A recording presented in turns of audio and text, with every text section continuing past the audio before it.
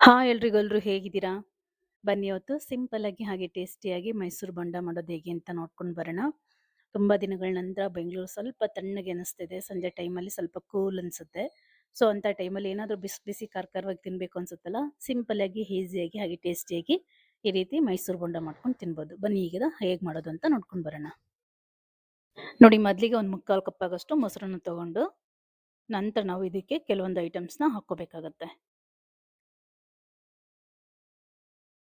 ಒಂದು 1/4 ಸ್ಪೂನ್ ಆಗೋಷ್ಟು soda ಹಾಕ್ಕೊಳ್ತಿದ್ದೀನಿ. Soda ಹಾಕೋದ್ರಿಂದ ಚೆನ್ನಾಗಿ ಉಬ್ಬಿ ಬರುತ್ತೆ. ಹಾಗಾಗಿ ಇದಕ್ಕೆ ಕಂಪಲ್ಸರಿ ಇದಕ್ಕೆ ಸೋಡಾ ಹಾಕ್ಕೋಬೇಕು. ಹಾಗೆ ಒಂದು ಅರ್ಧ ಸ್ಪೂನ್ ಆಗೋಷ್ಟು ಸಕ್ಕರೆ ಹಾಕ್ಕೊಳ್ತಿದ್ದೀನಿ. ಒಂದು ಅರ್ಧ ಸ್ಪೂನು ಜೀರಿಗೆ, ಹಾಗೆ ರುಚಿಗೆ ತಕ್ಕಷ್ಟು ಉಪ್ಪು, ಹಾಗೆ ಸಣ್ಣದಾಗಿ ಕಟ್ ಮಾಡಿರೋಂಥ ಶುಂಠಿ ಈ ರೀತಿ ಸಣ್ಣಗೆ ಕಟ್ ಮಾಡಿ ಹಾಕ್ಕೋಬೇಕಾಗತ್ತೆ. ಹಾಗೆ ಸಣ್ಣದಾಗಿ ಕಟ್ ಮಾಡಿರೋಂಥ ಕೊತ್ತಂಬರಿ ಸೊಪ್ಪು, ಹಾಗೆ ಹಸಿಮೆಣಸಿನ್ಕಾಯಿ. ಇದು ಆಪ್ಷನಲ್, ಬೇಕು ಅಂದರೆ ಹಾಕ್ಕೋಬೋದು, ಇಲ್ಲಾಂದರೆ ಸ್ಕಿಪ್ ಮಾಡ್ಬೋದು ಹಸಿಮೆಣಸಿನ್ಕಾಯಿ. ಬಟ್ ಕರಿಬೇವು ಕೊತ್ತಂಬರಿ ಹಾಕ್ಕೋಬೇಕಾಗತ್ತೆ. ಒಂದು ಸ್ವಲ್ಪ ನಾನು ತೊಗೊಂಡಿರೋ ಈ ಕ್ವಾಂಟಿಟಿಗೆ ಇಷ್ಟಾದರೆ ಸಾಕಾಗುತ್ತೆ. ಮೊದಲಿಗೆ ಇದನ್ನೆಲ್ಲ ನೀಟಾಗಿ ಒಂದ್ಸಲ ಮಿಕ್ಸ್ ಮಾಡ್ಕೊಂಬಿಡೋಣ. ನೋಡಿ, ಈ ರೀತಿ ನೀಟಾಗಿ ಮಿಕ್ಸ್ ಮಾಡಿಕೊಂಡು ಈಗ ನಾವು ಯಾವ ಕಪ್ಪಲ್ಲಿ ಮೊಸರನ್ನ ತೊಗೊಂಡಿದ್ದೋ ಅದೇ ಕಪ್ಪಲ್ಲಿ 1 ಕಪ್ ಆಗೋಷ್ಟು ಮೈದಾನ ಹಾಕ್ಕೊಳ್ತಾ ಇದ್ದೀನಿ. ಮುಕ್ಕಾಲು ಕಪ್ಪು ಮೊಸರಿಗೆ 1 ಕಪ್ಪು ಮೈದಾ ಕರೆಕ್ಟಾಗಿರುತ್ತೆ. ಮೈದಾನ ಹಾಕ್ಕೊಂಡು ನೀಟಾಗಿ ಒಂದ್ಸಲ ಚೆನ್ನಾಗಿ ಒಂದು 5 ನಿಮಿಷ ಅದನ್ನು ಚೆನ್ನಾಗಿ ಕಲಿಸ್ಬೇಕಾಗತ್ತೆ. ಮೈದಾ ಮತ್ತು ಮೊಸರು ಅದೆಲ್ಲ ಚೆನ್ನಾಗಿ ಮಿಕ್ಸ್ ಆಗಬೇಕು. ನಾವು ಕಲಿಸೋದ್ರಿಂದ ಅದು ಬೋಂಡ ಅನ್ನೋದು ತುಂಬ ಸಾಫ್ಟಾಗಿ ಚೆನ್ನಾಗಿ ಬರುತ್ತೆ. ಈ ರೀತಿ ಕೈಯಲ್ಲೇ ಕಳಿಸ್ಕೊಳ್ಳೋದ್ರಿಂದ ಒಳ್ಳೆಯದು. ಈಗ ಸ್ವಲ್ಪ ಗಟ್ಟಿ ಅನ್ಸುತ್ತಲ್ಲ, ಇದು ನಾವು ಮಿನಿಮಮ್ ಒಂದು ಅರ್ಧ ಗಂಟೆ ಅದು ಇದು ಹೊರಗಡೆ ಬಿಡಬೇಕಾಗತ್ತೆ. ನಂತರ ನಾವು ಇದನ್ನು ಬೋಂಡ ಮಾಡ್ಕೋಬೇಕು. ನಾನಿಲ್ಲಿ 1 ಅವರ್ ಬಿಟ್ಟಿದ್ದೆ, ಸ್ವಲ್ಪ ತೆಳು ಅನಿಸ್ತು ನನಗೆ.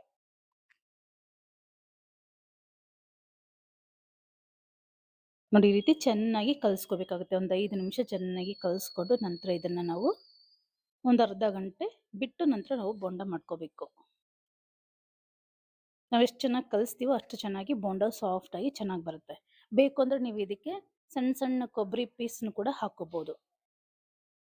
ನಾನು 1 ಸ್ಪೂನ್ ಆಗೋಷ್ಟು ಎಣ್ಣೆ ಹಾಕ್ಕೊಳ್ತಿದ್ದೀನಿ. ಎಣ್ಣೆ ಹಾಕೋದ್ರಿಂದ ಬೋಂಡ ತುಂಬ ಎಣ್ಣೆನ ಹೀರ್ಕೊಳ್ಳಲ್ಲ. ಹಾಗಾಗಿ ಎಣ್ಣೆನ ಮೇಲೆಗಡೆ ಹಾಕ್ಬಿಟ್ಟು ಇದನ್ನು ಒಂದು ಅರ್ಧ ಗಂಟೆ ಮುಚ್ಚಿಟ್ಬಿಡೋಣ. ಬಿಸಿ ಎಣ್ಣೆ ಆದರೂ ಹಾಕ್ಕೋಬೋದು ಅಥವಾ ನಾರ್ಮಲ್ ಎಣ್ಣೆ ಆದರೂ ಹಾಕ್ಕೋಬೋದು. ಬನ್ನಿ ಈಗ ಇದಕ್ಕೆ ತುಂಬಾ ರುಚಿಯಾಗಿರುವಂಥ ಸಿಂಪಲಾಗಿ ಟೇಸ್ಟಿಯಾಗಿ ಚಟ್ನಿ ಮಾಡ್ಕೊಳ್ಳೋಣ. ಇದು ಚಟ್ನಿ ಅಂತಲಾದರೂ ಹೇಳ್ಬೋದು ಅಥವಾ ಬೆಳ್ಳುಳ್ಳಿ ಖಾರ ಅಂತಾದರೂ ಹೇಳ್ಬೋದು. ಇದು 2 in 1 ಆಗಿ ಯೂಸ್ ಮಾಡ್ಕೋಬೋದು. ನಾವು ಅನ್ನದ ಜೊತೆಗೂ ತಿನ್ಬೋದು, ದೋಸೆ ಚಪಾತಿ ಎಲ್ಲದಕ್ಕೂ ಯೂಸ್ ಮಾಡ್ಕೋಬೋದು. ನೋಡಿ, ಎಣ್ಣೆ ಕಾದ ನಂತರ 1 ಟೇಬಲ್ ಸ್ಪೂನ್ ಆಗೋಷ್ಟು ಉದ್ದಿನಬೇಳೆನ ಹಾಕ್ಕೊಂಡು ಚೆನ್ನಾಗಿ ಫ್ರೈ ಮಾಡ್ಕೊಳ್ಳೋಣ. ಒಂದು ಅರ್ಧ ಭಾಗ ಫ್ರೈ ಆದಮೇಲೆ ನಾವು ಬೆಳ್ಳುಳ್ಳಿನ ಹಾಕ್ಕೊಳ್ಳೋಣ. ಬೆಳ್ಳುಳ್ಳಿ ಬಂದು ದಪ್ಪ ದಪ್ಪು ಒಂದು 3 ಗೆಡ್ಡೆನ ಹಾಕ್ಕೊಂಡಿದ್ದೀನಿ. ಟೋಟಲ್ ಆಗಿ ಒಂದು 20-30 ಪಾಯಿ ಬೆಳ್ಳುಳ್ಳಿ ಇದೆ ಇದರಲ್ಲಿ. ಬೆಳ್ಳುಳ್ಳಿ ಚೆನ್ನಾಗಿ ಫ್ರೈ ಆಗಬೇಕು. ಹಾಗೆಯೇ ಖಾರಕ್ಕೆ ತಕ್ಕಷ್ಟು ಒಣಮೆಣಸಿನ್ಕಾಯಿನ ಹಾಕ್ಕೊಳ್ತಾ ಇದ್ದೀನಿ. ಇದೆಲ್ಲ ಚೆನ್ನಾಗಿ ಫ್ರೈ ಆದ ನಂತರ 2 ಟೊಮೊಟೊನ ಹಾಕ್ಕೊಳ್ತಾ ಇದ್ದೀನಿ. ಚೆನ್ನಾಗಿ ಎಲ್ಲವೂ ಫ್ರೈ ಹಸಿ ಸ್ಮೆಲ್ ಹೋಗಬೇಕು, ಟೊಮೊಟೊ ಎಲ್ಲ ಆ ರೀತಿ ಚೆನ್ನಾಗಿ ಫ್ರೈ ಮಾಡ್ಕೋಬೇಕಾಗತ್ತೆ. ಈ ಬೆಳ್ಳುಳ್ಳಿ ಖಾರ ಅಂತ ತುಂಬಾ ಚೆನ್ನಾಗಿರುತ್ತೆ. ಅನ್ನದ ಜೊತೆಗೂ ಚೆನ್ನಾಗಿರುತ್ತೆ. ಬಿಸಿ ಬಿಸಿ ಅನ್ನದ ಜೊತೆಗೆ ನಾವು ಕಲಿಸ್ಕೊಂಡು ತಿನ್ಬೋದು. ಹಾಗೆಯೇ ಸ್ವಲ್ಪ ಹೆಲ್ದಿಯಾಗಿ ಮಾಡ್ಕೊಳ್ಳೋಣ ಅಂತ ನಾವು ಮೈದಾಯಿಂದ ಮಾಡ್ತಿರೋದ್ರಿಂದ ಬೋಂಡ ಸ್ವಲ್ಪ ಹೆಲ್ದಿಯಾಗಿ ಚಟ್ನಿ ಇದ್ದರೆ ಚೆನ್ನಾಗಿರುತ್ತೆ ಅಂತ. ಹಾಗೆ ಒಂದು ಸ್ವಲ್ಪ ಕರಿಬೇವು, ಸ್ವಲ್ಪ ಪುದೀನ, ಸ್ವಲ್ಪ ಕೊತ್ತಂಬರಿ ಸೊಪ್ಪು ಇಷ್ಟನ್ನು ಹಾಕೊಂಡು ಚೆನ್ನಾಗಿ ಫ್ರೈ ಮಾಡಿಕೊಂಡು ಇದು ತಣ್ಣಗಾದ ನಂತರ ನಾವು ಇದನ್ನು ರುಬ್ಕೊಳ್ಳೋಣ. ಈ ಚಟ್ನಿ ತುಂಬಾ ಟೇಸ್ಟಿಯಾಗಿರುತ್ತೆ. 2 in 1 ಥರ ಅಂತ ಹೇಳಿದ್ನಲ್ಲ, ಅನ್ನದ ಜೊತೆಗೂ ನೀವು ಸಾಂಬಾರು ಮಾಡೋ ಅವಶ್ಯಕತೆನೇ ಇಲ್ಲ. ಅನ್ನದ ಜೊತೆಗೂ ನೀವು ಇದನ್ನು ಮಿಕ್ಸ್ ಮಾಡಿಕೊಂಡು ತಿನ್ಬೋದು. ತುಂಬಾ ರುಚಿಯಾಗಿರುತ್ತೆ. ನೋಡಿ, ಇದಾಗಿದೆ. ಈ ತಣ್ಣಗಾದ ನಂತರ ನಾವು ಇದನ್ನು ರುಬ್ಕೊಂಬರೋಣ. ನೋಡಿ, ತಣ್ಣಗಾಗಿದೆ, ಜಾರ್ಗೆ ಹಾಕ್ಕೊಂಡಿದ್ದೀನಿ. ಇದಕ್ಕೆ ನೀರಿನ ಅವಶ್ಯಕತೆ ಇಲ್ಲ. ರುಚಿಗೆ ತಕ್ಕಷ್ಟು ಉಪ್ಪು ಹಾಕ್ಕೊಂಡು ಬೇಕು ಅಂದರೆ ಮಾತ್ರ ನೀವು ನೀರನ್ನು ಹಾಕ್ಕೋಬೋದು, ಇಲ್ಲಾಂದರೆ ಹಾಗೆ ಗಟ್ಟಿಗೆ ರುಬ್ಕೋಬೋದು.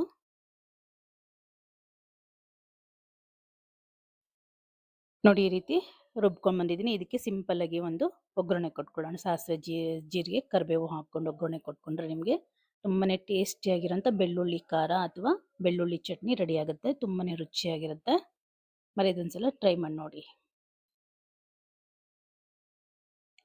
ಬನ್ನಿ ಈಗ ಬೋಂಡ ಮಾಡ್ಕೊಳ್ಳೋಣ. ನೋಡಿ, ಈಗ ನಾನು ಇದನ್ನು ಎಣ್ಣೆ ಎಲ್ಲ ಹಾಕಿದ್ನಲ್ಲ ಮೇಲೆಗಡೆ, ಅದೆಲ್ಲ ನೀಟಾಗಿ ಒಂದ್ಸಲ ಮಿಕ್ಸ್ ಮಾಡ್ಕೊಂಡ್ಬಿಡೋಣ. ಇದು ಸ್ವಲ್ಪ ತೆಳ್ಳಗೆ ಅಂತ ಅನ್ನಿಸ್ತಿದೆಯಲ್ಲ, ಈ ಹದಕ್ಕೆ ಇರಬೇಕು. ಈ ಹದಕ್ಕೆ ಇದ್ರೇ ಅದು ಬೋಂಡ ಚೆನ್ನಾಗಿ ಬರೋದು. ತುಂಬ ತೆಳು ಅನ್ಸಿದ್ರೆ ನೀವು ಸ್ವಲ್ಪ ಮೈದಾನ ಮಿಕ್ಸ್ ಮಾಡ್ಕೋಬೋದು. ಮಿಕ್ಸ್ ಮಾಡಿಕೊಂಡು ಒಂದು 5 ನಿಮಿಷ ಬಿಟ್ಟು ಮತ್ತೆ ನೀವು ಬೋಂಡ ಮಾಡ್ಕೋಬೋದು.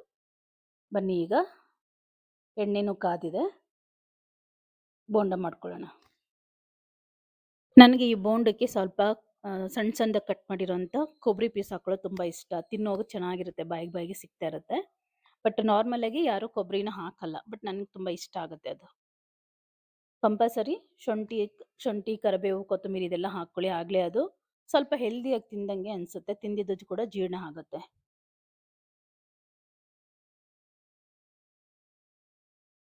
ಸಂಜೆ ಟೈಮ್ಗೆ ಸಿಂಪಲ್ ಆಗಿ ನಾವು ಮೈಸೂರು ಬೋಂಡ ಈ ರೀತಿ ಮಾಡಿಕೊಟ್ರೆ ಮಕ್ಕಳು ಇಷ್ಟಪಟ್ಟು ತಿಂತಾರೆ.